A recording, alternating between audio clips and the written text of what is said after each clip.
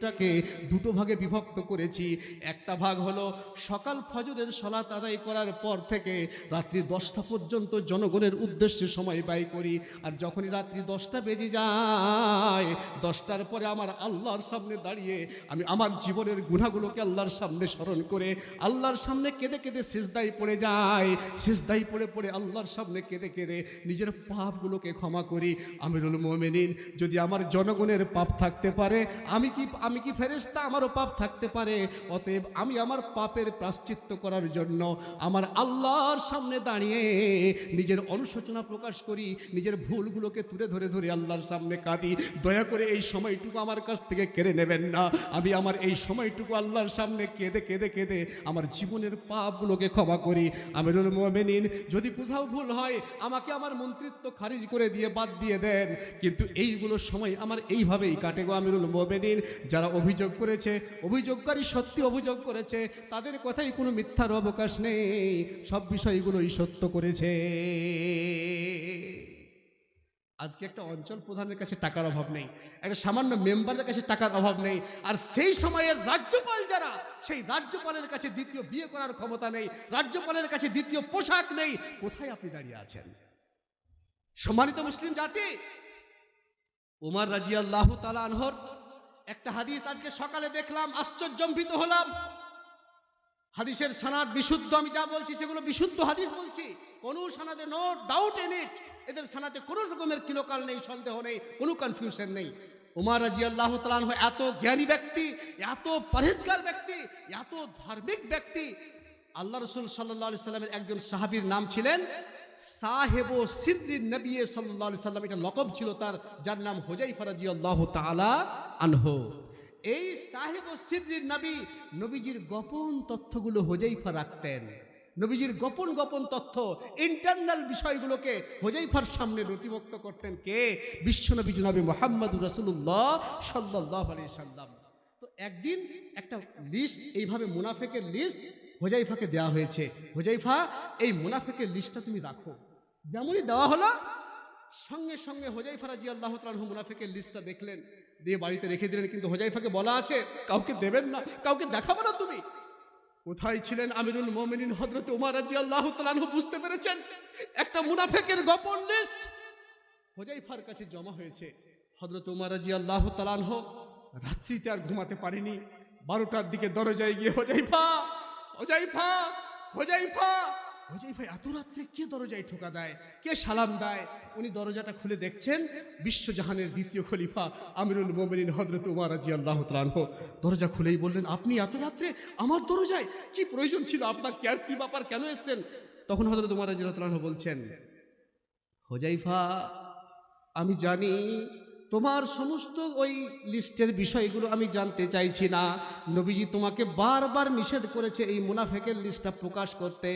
তোমাকে কার নাম আছে কার নাম নেই এটা দেখতে বলিনি, তুমি শুধু দেখে নাও আমি হযরতে উমর আমার নামটা কি নবীজি ওই মুনাফিকের লিস্টে লিখে রেখেছেন নাকি? দয়া করে আমার নামটা লিখে তুমি আমাকে জানাও। হুযায়ফা বললেন, কি বলেন আপনি? আপনার নাম মুনাফিকের লিস্টে বিশ্বনবী দিতে পারে? এটা কোনোদিন হতে পারে না, কোনোদিন হতে পারে না। অতএব এটা অসম্ভব ব্যাপার, ইম্পসিবল ম্যাটার। এটা আপনার নাম এখানে নেই, মুনাফিকের লিস্টে আপনার নেই। কি বলছেন আপনি গো ওমর? হাদিসে এসেছে, সহিহ মুসলিমের হাদিস, একবার নয়, দুইবার নয়, 3-4 বার জিজ্ঞেস করেছেন হুযায়ফা। যেখানেই দেখা হতো জিজ্ঞেস করতেন, একটু আমার নামটা তুমি দেখো যে মুনাফিকের লিস্টে নবীজি লিখেছেন নাকি। হযরত উমর মানে আপনি জানেন? হযরত উমর মানে, তিরমিজি শরীফ খুলেন, দ্বিতীয় খণ্ড, হযরত উমরের ব্যাপারে এসেছে, আল্লাহ রাসূল বলেছেন, লাউ কানা উমর ফি বানি ইসরাঈল না কানা নবিয়ান।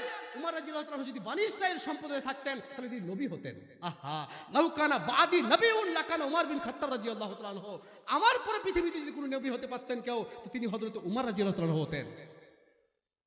আবু বকরকে ছড়িয়ে বলছেন, আর হয়তো আবু বকরের ব্যাপারে বলা হয়েছে আফজালুন নাস বাদাল আম্বিয়া, হযরত আবু বকর সিদ্দিক রাদিয়াল্লাহু তাআলা আনহু।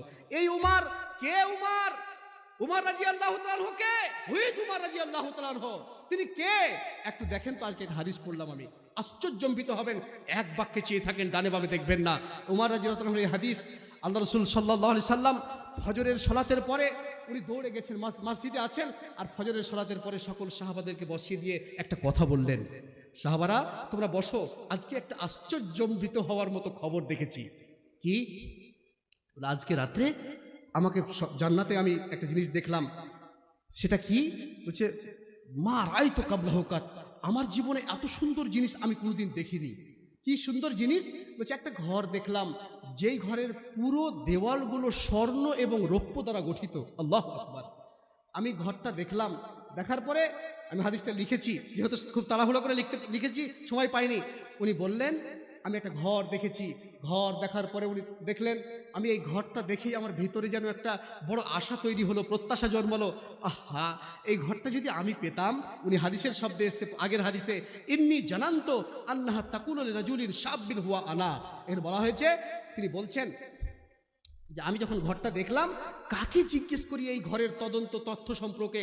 দেখছি ইন্দাহ ইমরাতুন, ওই ঘরের পাশে একটা মহিলা দাঁড়িয়ে আছে। তখন আমি তাকে বললাম, আহা, একটা কথা বলবেন মা? কি কথা? এই যে ঘরটা আমি দেখছি, এত সুন্দর ঘর, আমার জীবনে আমি এত সুন্দর ঘর কোনোদিন দেখিনি। এই ঘরটা লেমন হাজাল কাসার, এই ঘরটা কার জন্য তৈরি করা হয়েছে? একটু বলবেন কি আপনি দয়া করে? তখন বৃদ্ধা মহিলা বললেন, বাবা, এই ঘর লে রাজুলিন মিন আরব, এটা আরবের একটা মানুষের জন্য তৈরি করা হয়েছে। তখন এই হাদিসের আগের শব্দে এসছে ইন্নি জানান্ত আন্নাহা তাকুনু লিরাজুলিন শাব্বিন হুয়া আনা। উনি বলতে চাইছেন যে আল্লাহ রাসূল সাল্লাল্লাহু আলাইহি সাল্লামের অন্তরটা চাইছিলেন যে এই ঘরটা যদি উনি আমার কথা বলেন কতই না ভালো হতো, মানে ঘরটা যদি আমাকে দেওয়া হতো কতই না ভালো হতো। আল্লাহ রাসূল চাইছিলেন ওই ঘরের ভিতরে ঢোকার জন্য। আল্লাহু আকবার। আল্লাহ রাসূল চাইছিলেন ঘরের ভিতরে ঢুকতে। এহেন অবস্থায় সঙ্গে সঙ্গে ওই বৃদ্ধা মহিলাকে দ্বিতীয় সেন্টেন্সে জবাব দিচ্ছেন আল্লাহ রাসূল সাল্লাল্লাহু আলাইহি ওয়াসাল্লাম, আনা আরাবিউন আনা আরাবিউন আনা আরাবিউন লেমান হাজাল কাসার। মা, আমি যে আরবের মানুষ, আপনি বলেন না ঘরটা কার জন্য নির্মাণ করা হয়েছে? তখন ওই বৃদ্ধা মহিলা বলছেন, তুমি আরবের মানুষ, লে রাজুলিন মিন কুরাইশ। নবীজি কোন বংশের ভাই বলেন? কুরাইশ বংশের। তখন উনি বলছেন, এটা কুরাইশ বংশের, আরব দেশের ঠিক, কিন্তু কুরাইশ বংশের এক মানুষের জন্য এই ঘর নির্মাণ করা হয়েছে। তখন ওই আল্লাহ রাসূল সাল্লাল্লাহু আলাইহি ওয়াসাল্লাম চট করে বলছেন, আনা কুরাইশিউন আনা কুরাইশিউন আনা কুরাইশিউন লিমান হাজাল কাসার। আরে আমি যে কুরাইশ বংশের, তুমি বলো না ঘরটা কার জন্য নির্মাণ করা হয়েছে? তখন ওই বৃদ্ধা মহিলা তৃতীয় সেন্টেন্সে জবাব দিচ্ছেন, লিরাজুলিন মিন আসহাবিন নবী সাল্লাল্লাহু আলাইহি ওয়াসাল্লাম হুয়া উমর ইবনুল খাত্তাব রাদিয়াল্লাহু তাআলা আনহু। বিশ্বনবী জনাবে মুহাম্মদুর রাসূলুল্লাহ সাল্লাল্লাহু আলাইহি ওয়াসাল্লামের সাহাবী নবীজির উত্তরে ওই বৃদ্ধা মহিলা পরিষ্কার করে একটা কথা বলছেন শেষ সেন্টেন্সে, কোথাকার মানুষ বাবা আপনি? বারবার আমাকে প্রশ্ন করছেন আর উত্তর চাইছেন ঘরটা কার জন্য নির্মাণ করা হয়েছে। আমি আপনাকে বললাম যেটা আরবের একটা মানুষের জন্য নির্মাণিত ঘর, আপনি সেখানে সন্তুষ্ট হলেন না। আবার দ্বিতীয় সেন্টেন্সে প্রশ্ন করলেন, আমি উত্তর দিলাম এই ঘরটা আরবের মানুষের জন্যই শুধু নয়, আরবের মানুষের মধ্যে কুরাইশ বংশের এক ব্যক্তির জন্য এই ঘর নির্মাণ করা হয়েছে। তবু আপনি সন্তুষ্ট হলেন না। তৃতীয় সেন্টেন্সে আপনাকে উত্তর দিচ্ছি, আপনি কান করে শুনেলেন আরব দেশের কুরাইশ বংশের একজন সম্মানী সাহাবী, মুসলিম জাহানের দ্বিতীয় খলিফা আমিরুল মুমিনিন হযরতে উমর রাদিয়াল্লাহু তাআলা আনহুর জন্য এই ঘর নির্মাণ করা হয়েছে, এটা অন্য কাউকে দেওয়া হবে না। আল্লাহর নবী জনাবে মুহাম্মদুর রাসূলুল্লাহ সাল্লাল্লাহু আলাইহি ওয়াসাল্লাম পরিষ্কার করে বললেন, এই ঘর হযরতে উমর তোমার জন্য নির্মাণিত ঘর। আমার বড় আশা ভেতরে ছিল যে ঘরের ভেতরে একটু ঢুকবো, এত সুন্দর ঘর আমার জীবনে আমি কোনোদিন দেখিনি। ঘরটার ভেতরে ঢোকার বড় আশা ছিল আমার, কিন্তু হযরতে উমর রে, তুমি এত সম্মানী মানুষ রে উমর, তোমার পারমিশন ছাড়া ওই ঘরে আমি কি করে ঢুকতে পারি? হযরতে উমর বললেন, ইয়া রাসূলুল্লাহ, আমি আপনি কি বলছেন? হাদিসের শব্দে এসে ফাবাকা উমর রাদিয়াল্লাহু তাআলা আনহু কাঁদতে আরম্ভ করলেন, চোখ দিয়ে ঝরঝর করে জল বইতে লাগলো। আমিরুল মুমিনিন হযরত ওমর বললেন, ইয়া রাসূলুল্লাহ, এটা আপনি কেমন কথা বলছেন আমিরুল মুমিনিন? এই কথা বলার পিছনে আপনার কারণটা কি? আপনি কেনই বা এই কথা আমাকে বলবেন? আমি ওমর কোথায় জুয়ার আড্ডায় জীবন কাটাতাম, কোথায় তাসের আড্ডায় পড়ে থাকতাম, ওইভাবে এদিক ওদিক করে জীবনকে ছিটিয়ে ছড়িয়ে পড়েছিলাম। আর হঠাৎ করে আপনি আমাকে ইসলামের পথে নিয়ে এসছেন, আপনার বিশাল সহযোগিতায় ইসলাম পেয়েছি। আপনি আমাকে ও কথা বলে দুঃখ দেবেন না, আমার ভিতরটা ফেটে গেল। আপনি যদি দেখে আসতেন খুশি হতাম, দেখে আসেননি দুঃখ পেলাম। আমার মতো উমারের ঘরে ঢুকতে আপনাকে কি পারমিশনের প্রয়োজন হয়? পারমিশন লাগবে না। আমার ঘরে ঢুকতে আপনি পারমিশন চাইছেন? এটা হচ্ছে হযরতে ওমর রাদিয়াল্লাহু তাআলা আনহুর ইতিহাস। এত সম্মানী একজন ব্যক্তি হযরতে ওমর, এত মর্যাদা সম্পন্ন একটি ব্যক্তি হযরতে ওমর, মুনাফিকের লিস্টে ওর নাম আছে কিনা তদন্ত করার জন্য হুযায়ফার বাড়িতে যাচ্ছেন। আমি আপনি কটা আমলের মালিক, কি এমন আমল করেছি আমি আপনি, কত নেকি অর্জন করেছি এমন যে আমাদের এই নেকি দিয়ে আমরা মনে করি যে জান্নাত পেয়ে যাব? অত সহজ বিষয় নয় জান্নাত।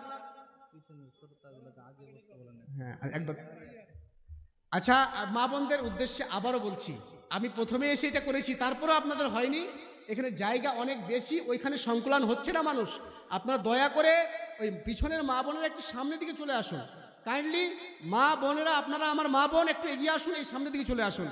পিছনে অনেক মানুষ দাঁড়িয়ে আছে, এখানেও আমরা জায়গা দিতে পারছি না। একটু ওই সাইডে ফাঁকা আছে ভাই, আপনারাও বাবা শুনে নাও। তুমি আম্মা জান আয়েশার কাছে যাবে, দুটো কথা বলবে। আয়েশা রে, আপনার কাছে এসেছি, আমার আব্বা পাঠিয়েছে।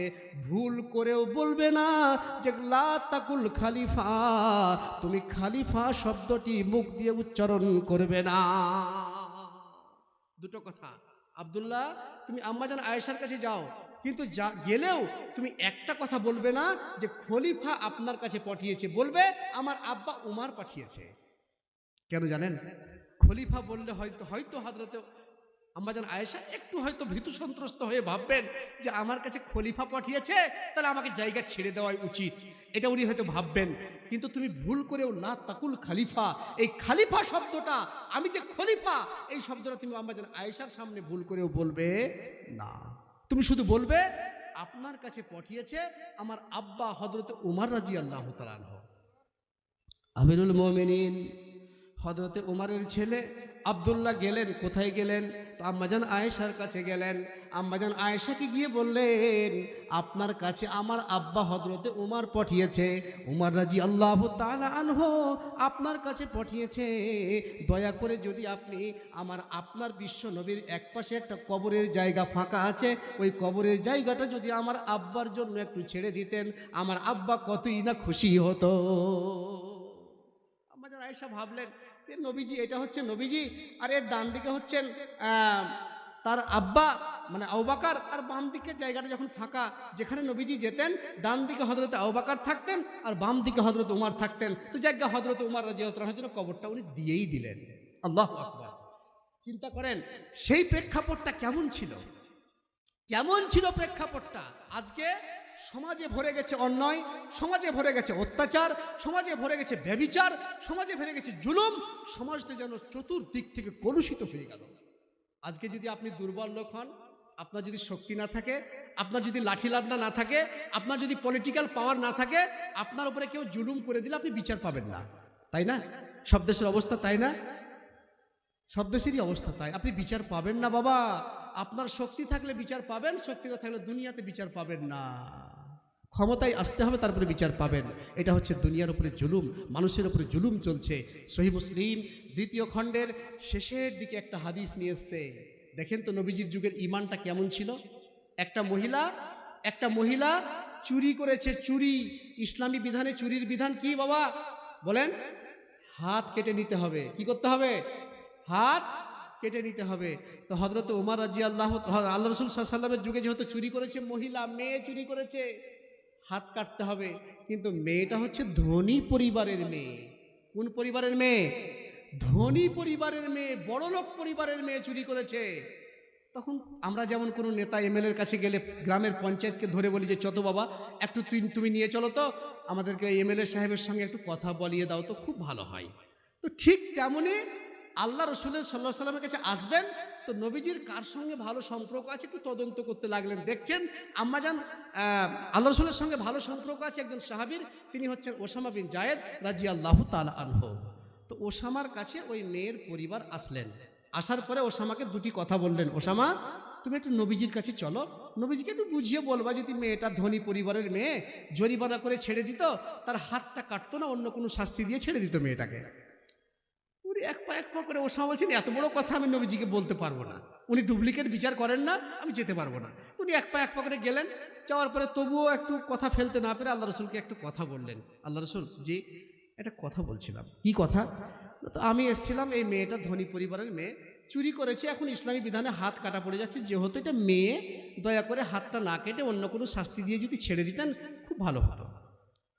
তখনই ফাহমাররাত আইনাহু, আল্লাহ রসুলের চোখ দুটি রাগে লাল হয়ে গেল। লাল হয়ে যাওয়ার পরে ওসামাকে বলছেন, মাহালানিয়া ওসামা, ওসামা রে তুমি কর্ণপাত করে শুনে নাও রে ওসামা, আমি একজন নবী, বিশ্ব নবী জনাবে মুহাম্মদুর রাসূলুল্লাহ সাল্লাল্লাহু আলাইহি ওয়াসাল্লাম। একটা সম্প্রদায় ছিল পৃথিবীতে, যেই সম্প্রদায়ের নাম হলো বানি ইসরাইল সম্প্রদায়। এই সম্প্রদায়ের ভেতরে কেউ যদি ধনী মানুষ অন্যায় করত, শক্তিশালী মানুষ, ক্ষমতাবান মানুষ অন্যায় করলে তার বিচার হতো না, কিন্তু গরিব মানুষ অন্যায় করলে বিচারটা হতো। অতএব ওরে ওসামা, আমি ডুপ্লিকেট নবী নয়, আমি ওই রকম বিষয় আমার কাছে বিচার হবে না। অতএব ওসামা রে, তুমি একটা বিচার নিয়ে এসেছো আমার কাছে, আর অন্যায়ভাবে তুমি আমাকে অন্যত্রে বিচার করতে বলছো, হাদিসের আইনকে বসিয়ে রেখে। অতএব ওসামা রে, তুমি কর্ণপাত করে শুনে নাও রে ওসামা আমার জীবন কাহিনী। বিশ্বনবী বললেন, ওসামা এইটা তো একটা আলগা মেয়ে, পরের মেয়ে চুরি করেছে, আমার জন্মা মেয়ে চুরি করেনি, এটা পরের মেয়ে চুরি করেছে রে ওসামা। আমি যেই মেয়েটাকে জন্ম দিয়েছি, যে মেয়েটার নাম হলো ফাতেমাতুজ জোহরা রাদিয়াল্লাহু তাআলা আনহা, আমার মেয়ে ফাতেমা, আমার কথাটা শুনে নাও রে ওসামা। আমি তোমাকে কেন এতগুলো কথা বলছি তুমি কর্ণপাত করে শুনে নাও, এই হাদিসটাকে ভালো করে শুনবেন মা বোন আমার। বিশ্বনবী বললেন, ওসামা রে, আমি যেদিন 6 মাস মায়ের পেটে, আমার আব্বা আব্দুল্লাহ পৃথিবী থেকে বিদায় নিয়েছেন, মানে পৃথিবীতে আমি মুখই দেখলাম না, মায়ের পেট থেকে বেরি হতে পারলাম না, আমার আব্বা হারিয়ে গেল পৃথিবী ছেড়ে। যেদিন আমার বয়সটা 6 বছর রে ওসামা, সেদিন আমার আম্মাজান আমেনাকে হারিয়েছি, আম্মাজান আমেনাও পৃথিবী ছেড়ে চলে গেছেন। অতএব 6 মাস মায়ের পেটে আব্বাকে হারালাম, 6 বছর বয়সে আম্মাজান আমেনাকে হারালাম। আমি দুইজনকে হারিয়ে দিয়ে অসহায় এতিম হয়ে দাঁড়িয়ে গেলাম। হঠাৎ করে আমার দাদু আব্দুল মুতালিব কোথায় ছিলেন, দৌড়ে এসে পিঠে হাত বুলিয়ে বললেন, বাবা দাদুরে, তোকে চিন্তা করতে হবে না, তোর সমস্ত দায়িত্ব স্কন্ধে তুলে দিলাম, আজ থেকে তোর আব্বা আম্মার অভাব বুঝতে দেব না, তোর সমস্ত দায়িত্ব তুলে নিলাম, আমি তোর দাদু, তুই আমার পোতা, তোকে জীবনেও কোনোদিন পিতামাতার অভাব বুঝতে দেব না। অতএব আজকে থেকে তোর সমস্ত দায়িত্ব আমার কাঁধে তুলে নিলাম, চিন্তা করবি না। কিন্তু দুঃখের বিষয়, হযরত আব্দুল মুত্তালিব তিনি পৃথিবীতে বেশি দিন বাঁচতে পারলেন না, মাত্র 2টি বছর বাঁচলেন। মানে নবীজির বয়সটা যখন 8 বছরে পদার্পণ করলো, তখনই আব্দুল মুত্তালিব দুনিয়া ছেড়ে চলে গেলেন। 6 মাস মায়ের পেটে আব্বাকে হারালেন, 6 বছর বয়সে আম্মাজান আমেনাকে হারালেন, 8 বছর বয়সে দাদু বিদায় নিয়ে চলে গেলেন। কে নিবে নবীজির দায়িত্ব? অসহায় এতিমত্বের জীবন কাটাচ্ছেন বিশ্বনবী, আব্বাও নেই, আম্মাও নেই, দাদুও পৃথিবীতে বেঁচে নেই। হঠাৎ করে চাচা আবু তালেব কোথা ছিলেন, দৌড়ে এসে বললেন, ভাতিজা রে, আজ থেকে তোর সমস্ত দায়িত্ব কাঁধে নিলাম রে ভাতিজা, জীবনেও কোনোদিন বাবার অভাব বুঝতে দেব না, মায়ের অভাব বুঝতে দেব না, তোকে কোনো বন্ধুত্বের অভাব বুঝতে দেব না, আজকে থেকে তোর গায়ে কেউ হাত দিতে পারবে না, আমি তোর চাচা আবু তালেব তোর জীবনের সমস্ত দায়িত্ব কাঁধে নিয়ে নিলাম, তোর সমস্ত দায়িত্ব কাঁধে নিয়েই বলছি রে ভাতিজা, আজকে থেকে তোর সমস্ত দায়িত্ব আমি পালন করব। বিশ্বনবী এতগুলো কথা বলার পরে, এতগুলো কথা টেনে আনার পরে বিশ্বনবী কি বলতে চাইলেন? তিনি বলতে চাইলেন 6 মাস মায়ের পেটে আব্বাকে হারিয়েছি, 6 বছর বয়সে আম্মাকে হারিয়েছি, 8 বছর বয়সে দাদু আব্দুল মুত্তালিবকে হারিয়েছি। আমার হারিয়ে দেওয়ার পরে যেদিন আমি ফাতেমাকে পেয়েছি, আমার প্রথম স্ত্রী খাদিজার পেট থেকে যখন ফাতেমা জন্ম লাভ করলেন, এই ফাতেমাকে যেদিন পেয়েছি, এ আমার ভাইয়েরা বন্ধুরা, আপনি ভালো করে শুনে রেখে দেন, যখন আপনার মা হারিয়ে গেছে, বেটিকে পেলে মায়ের মতো আদরের মনে হয়, বেটিকে পেলে মায়ের অনেকটা তৃষ্ণা মিটাতে সুবিধা হয়। বিশ্বনবী বললেন, আমি আমার মাকে 6 বছর বয়সে হারানোর পরে আমার কলিজার টুকরা ফাতেমাকে যেদিন পেয়েছি, আমি ফাতেমাকে কোনোদিন বেটি বলে ডাকিনি, মা বলে ডাকতাম। ফাতেমা আমার বেটি নয়, ফাতেমা আমার মা, মা মা মা মা। আমি যুদ্ধ থেকে আঘাত খেয়েছি, আঘাত পেয়ে বাড়িতে এসেছি, মা যেরকম সন্তানকে আদর করে কোলে নেয়, ফাতেমা আমার মাথাটাকে নিয়ে একটু ধুয়ে দিয়েছে, নেড়ে দিয়েছে। আমার মায়ের আদরটা ফাতেমার কাছ থেকে আমি পেয়েছি, অতএব ফাতেমা আমার বেটি নয়, ফাতেমা আমার মা। এত কিছু বলার পরে বিশ্বনবী বলতে চাইলেন, এত কিছু বলার পরে বিশ্বনবী বললেন, আমার কলিজার টুকরা ফাতেমা, যাকে আমি বেটি মনে করিনি, মা মনে করেছিলাম, এই কলিজার টুকরা ফাতেমাও যদি চুরি করে চুরিতে ধরা পড়ে যায়, লাউ শারাকাত ফাতেমা বিনতু মুহাম্মাদিন লাকাতাতু ইয়াদাহা, আমি তার হাতটা কেটে নেব, আমি তার হাত কাটতে ছেড়ে দেব না, যে এটা আমার মা, তার হাত কাটবো না। তুমি তো পরের জন্মে মেয়ে চুরি করেছে, এর তো হাত কাটবই কাটবো। আমার মেয়ে চুরি করলে, যাকে আমি মা বলতাম, এই মেয়েটা চুরি করলেও হাতটা কেটে নেব। অতএব এইরকম ডুপ্লিকেট বিচার আমার কাছে হবে না। বিচারপতি তোমার কাছে বিচার না পেলে কোথায় বিচার পাবো বলো, কার কাছে গেলে বলো, কার কাছে গেলে? বিচারপতি তোমার কাছে বিচার না পেলে কোথায় বিচার পাবো বলো, কার কাছে গেলে বলো, কার কাছে গেলে? অন্যায় কাজ করে যারা ধরা নাহি পড়ে, ভালো মানুষে কষ্ট করে জেলখানার ভেতরে। কত দোষীরা দেখি ছাড়া পেয়ে যায়, কত দোষীরা দেখি ছাড়া পেয়ে যায়, নির্দোষীরাই জেলে। বিচার কোথায় পাবো বলো, কার কাছে গেলে বলো, কার কাছে গেলে? বিচারপতি তোমার কাছে বিচার না পেলে কোথায় বিচার পাবো বলো, কার কাছে গেলে বলো, কার কাছে গেলে? দুনিয়াটা ভরে গেছে জালেমের জুলুমে, সত্য বলার মানুষ নাই রে, মিথ্যা সবাই বলে। দুনিয়াটা ভরে গেছে জালেমের জুলুমে, সত্য বলার মানুষ নাই রে, মিথ্যা সবাই বলে। আল্লাহ তুমি বিচার করো, আল্লাহ তুমি বিচার করো, ইহ পরকালে, ইহ পরকালে। বিচারপতি তোমার কাছে বিচার না পেলে কোথায় বিচার পাবো বলো, কার কাছে গেলে বলো, কার কাছে গেলে? ভাইজান, এটা হচ্ছে মাদ্রাসার উন্নতিকল্পে জালসা, আর আমার কাছে একটা কাগজ এসছে। অতএব আপনারা উঠবেন না, একটা মাথায় রাখবেন, যতক্ষণ ওয়াজ করেছি আপনারা স্থিরভাবে শুনেছেন।